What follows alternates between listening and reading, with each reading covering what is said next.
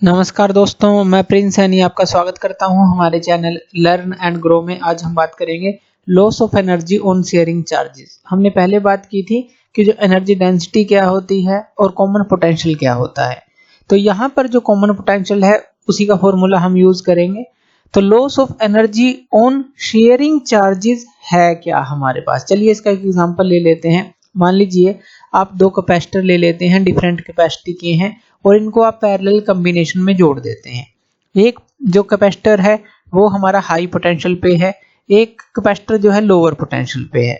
अब हमें पता है जब हाई पोटेंशियल और लोअर पोटेंशियल कैपेसिटर को जोड़ते हैं तो जो चार्ज फ्लो होगा वो हाई पोटेंशियल से लो पोटेंशियल की तरफ होगा, क्योंकि ये हाई पोटेंशियल पे है। ये हमें पता ही है कि जो चार्ज फ्लो होगा हाई से लो की तरफ होगा, और कब तक होगा, जब तक इन दोनों का पोटेंशियल सेम नहीं हो जाता, यही होगा। लेकिन जब ये चार्ज फ्लो होता है तो हम ये मानते ही हैं कि इनके बीच में कोई भी चार्ज का लॉस नहीं होता, कि यहाँ से जितना चार्ज गया है यहाँ पर पहुंच जाता है। लेकिन यहाँ पर कुछ एनर्जी का लॉस होता है। एनर्जी का लॉस किस फॉर्म में होता है? वो हीट के फॉर्म में हो सकता है, स्पार्किंग की फॉर्म में हो सकता है।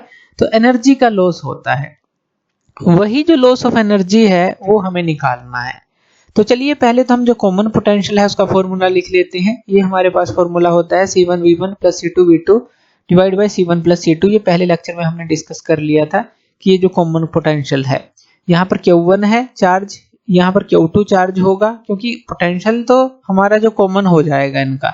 तो मान लीजिए पहले ये Q1 चार्ज पे था, जो तो ये पहला कैपेसिटर था, और ये Q2 पे था। तो यहाँ से यहाँ पे जो है बिफोर शेयरिंग और आफ्टर शेयरिंग हम निकालते हैं। तो कॉमन पोटेंशियल का फॉर्मूला ये है हमारे पास, जिसमें Q1 प्लस Q2 कह सकते हैं आप एक तरह से, C1V1 प्लस C2V2, और ये जो है टोटल कैपेसिटी यानी कि total charge by total capacity जो है कॉमन पोटेंशियल का फॉर्मूला है। तो यहाँ पर हम total energy before sharing charges ले लेते हैं। बिफोर शेयरिंग चार्जेस जब हमने इन दोनों को कनेक्ट नहीं किया, किसी भी कनेक्टिंग वायर से इनके बीच में कोई भी हमने कनेक्टिंग वायर हमने नहीं लगाई, यानी कि जो शेयरिंग ऑफ चार्जेस होगी वो नहीं होगी। तो उस समय अगर हम E1 की वैल्यू देखें तो E1 की वैल्यू हमारे पास क्या आ जाएगी? अगर हम वो एनर्जी की बात करें, जो एनर्जी है before sharing charges, half C1V1 square, क्योंकि हाफ CV स्क्वायर क्या होता है? टोटल एनर्जी का जो फॉर्मूला है पोटेंशियल एनर्जी का, वो हमने लिया है। तो इसके लिए क्या हो जाएगा? हाफ C1V1 स्क्वायर, और इसके लिए हाफ C2V2 स्क्वायर।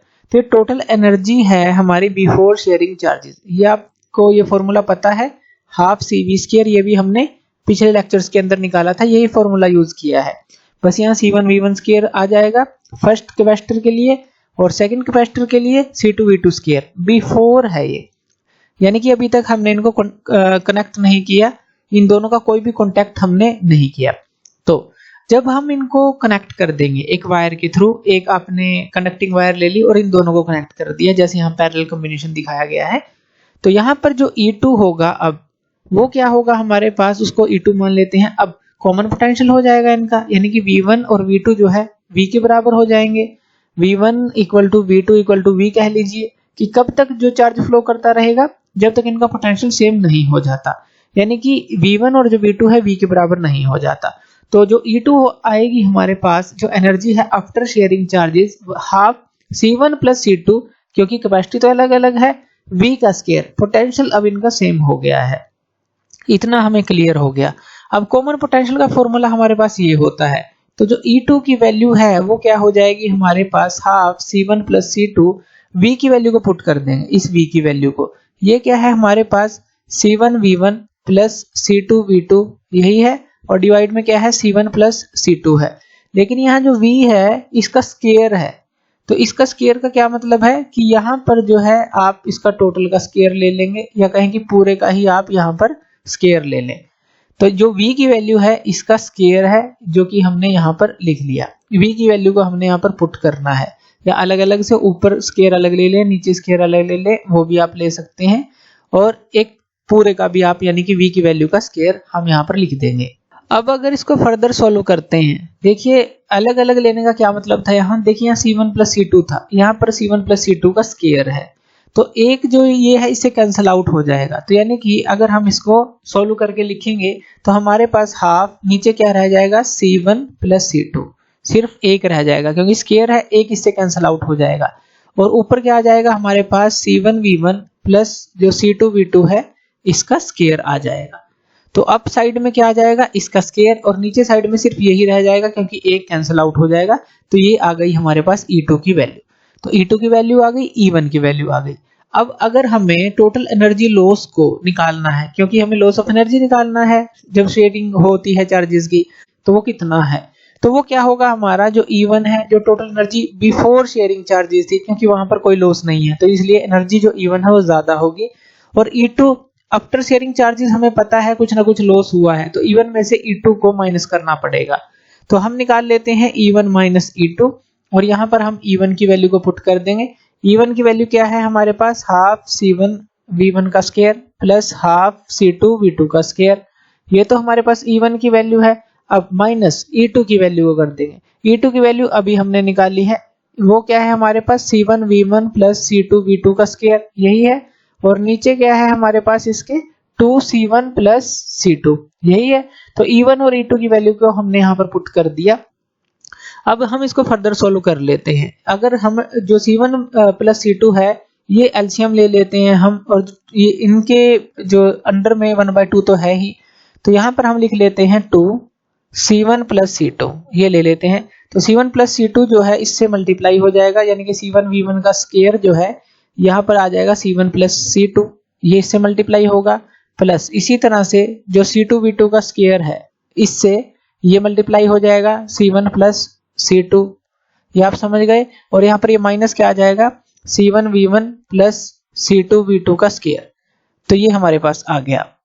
अब फर्दर हम इसको अंदर मल्टीप्लाई करेंगे, तो देखिए C1 है और ये C1 है, तो यहाँ पर ये क्या आ जाएगा, C1 का स्केयर और V1 का स्केयर, प्लस जब ये इससे मल्टीप्लाई करेंगे तो यहाँ पर ये क्या आ जाएगा, C1 C2 V1 का स्केयर, क्योंकि ये C1 है, C2 है, ये V1 का स्केयर है, प्लस अब C2 को C1 से फिर से मल्टीप्लाई करेंगे, ये क्या आ जाएगा, C1 C2 V2 का स्केयर, प्लस और ये C2 है, ये C2 है, यानी कि यहाँ पे क्या आ जाएगा, C2 का स्केयर और V2 का स्केयर, माइनस अब ये C1 V1 स्केयर प्लस जो C2 V2 स्केयर है इसको हम ओपन कर सकते हैं, यानी कि A प्लस B का स्केयर इसको लिख सकते हैं। A प्लस B का स्केयर मतलब A का स्केयर C1 V1 का स्केयर प्लस B का स्केयर C2 का स्केयर V2 का स्केयर और प्लस 2AB यानी कि C1 V1 और इंटू C2 V2, यही आएगा।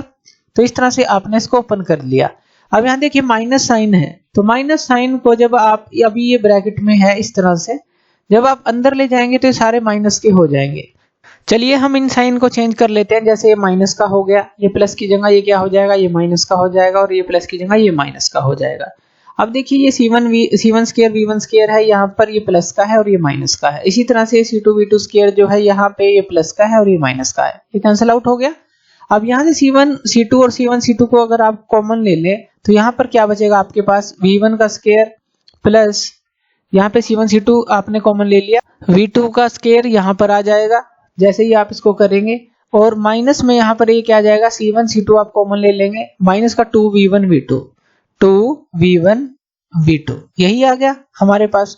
और डिवाइड में क्या है, इसके डिवाइड में वही जो टर्म है वो रखनी है, ये वाली जो थी हमारी ये 2C1 प्लस C2, तो इसके डिवाइड में क्या है हमारे पास 2C1 प्लस C2। तो यहाँ तक आप इसको सोल्व कर लेंगे।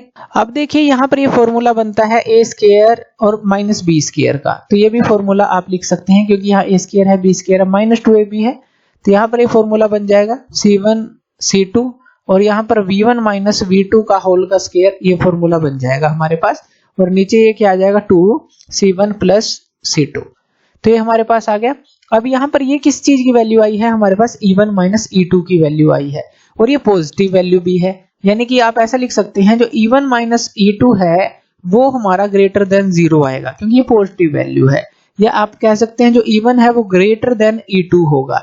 इसका क्या मतलब है, अब क्योंकि जो E1 है बिफोर शेयरिंग चार्जेस वो बड़ी है, E2 जो है वो कम होगी, यानी कि कुछ लॉस ऑफ एनर्जी तो हमारी होगी जब हम चार्जेस को शेयर करेंगे। वो हीट की फॉर्म में हो सकती है, वो हमारी स्पार्किंग की फॉर्म में हो सकती है, किसी भी फॉर्म में हो सकती है।